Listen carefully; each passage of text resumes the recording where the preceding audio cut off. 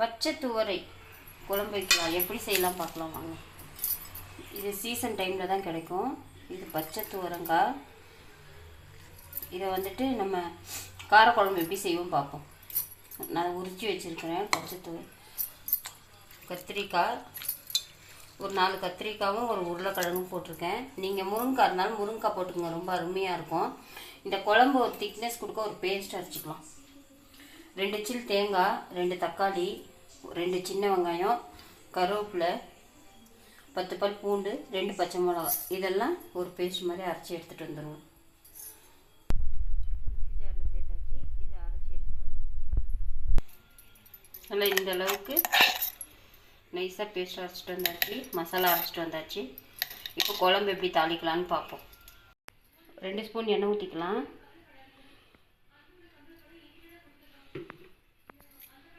எண்ணெய் காஞ்சிச்சு. கடுகு போட்டுக்குவோம். 1 ஸ்பூன் கடுகு வெந்துச்சு.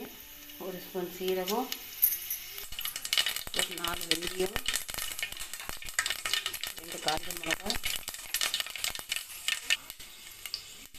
கொஞ்சம் கருவேப்பிலை, ஒரு 10 பல் பூண்டு. நீங்கள் வந்துட்டு சாம்பார் வெங்காயம், சின்ன வெங்காயம் இருக்கு இல்லையா, அது போட்டுக்கோங்க. ரொம்ப அருமையாக இருக்கும் காரக்குழம்புக்கு. ஏன்ட்டு அந்த வெங்காயம் இல்லாதனால நான் ஒரு 2 வெங்காயம், பெரிய வெங்காயம் கட் பண்ணி வச்சுருக்கிறேன். இப்போ வெங்காயத்தை போட்டு நல்லா வதக்கிது. இந்த வெங்காயம் வதக்கிட்டு கொஞ்சம் உப்பு போட்டுக்கலாம்.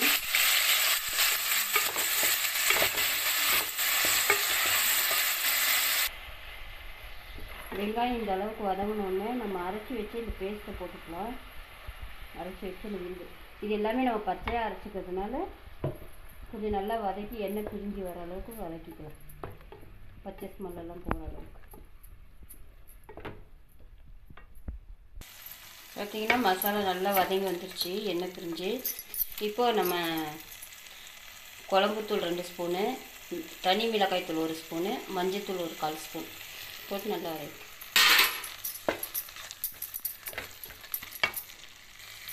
கொஞ்சம் பெருங்காயம் போட்டுக்கோம்.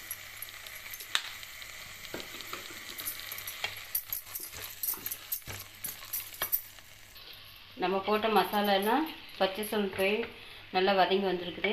இந்த டைமுக்கு நம்ம இந்த காய்கறி சேர்த்துக்கலாம். கத்திரிக்காய், உருளைக்கிழங்கு, பச்சை துவரங்காய் போட்டு ஒரு 2 நிமிஷம் வதக்கிக்கலாம். இந்த மசாலா பார்த்திங்கன்னா காயெல்லாம் கொஞ்சம் வதங்கிடுது. நம்ம மிக்ஸி ஜாரில் மசாலா அரைச்சோம் இல்லையா, இதில் கொஞ்சம் தண்ணி ஊற்றி அரிசி ஊற்றிக்கலாம்.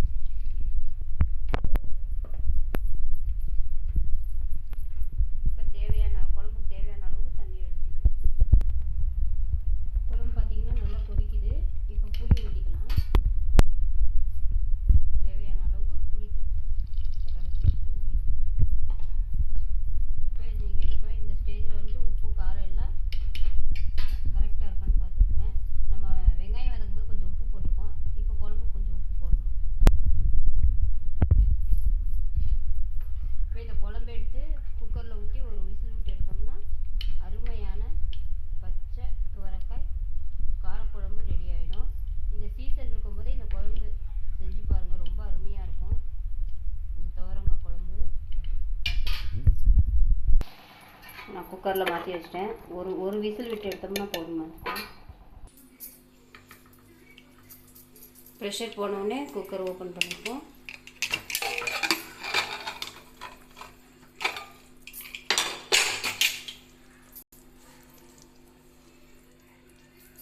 கொஞ்சம் கருவேப்பிலை போட்டுக்கோங்க. பாருங்கள், அருமையான பச்சை துவரக்காய் கத்திரிக்காய் போட்டு காரக்குழம்பு. நீங்களும் இதே மெத்தடில் செஞ்சு பாருங்கள். இந்த சீசன் இருக்கும்போது இந்த குழம்பெல்லாம் செய்யுங்க. ரொம்ப அருமையாக இருக்கும் இந்த குழம்பு. இது தோசை இட்லி கூட நல்லாயிருக்கும். ஓகேப்பா, இந்த வீடியோ பிடிச்சிருந்தால் லைக் பண்ணுங்கள், ஷேர் பண்ணுங்கள், மறக்காமல் சப்ஸ்கிரைப் பண்ணுங்கள். பாய்.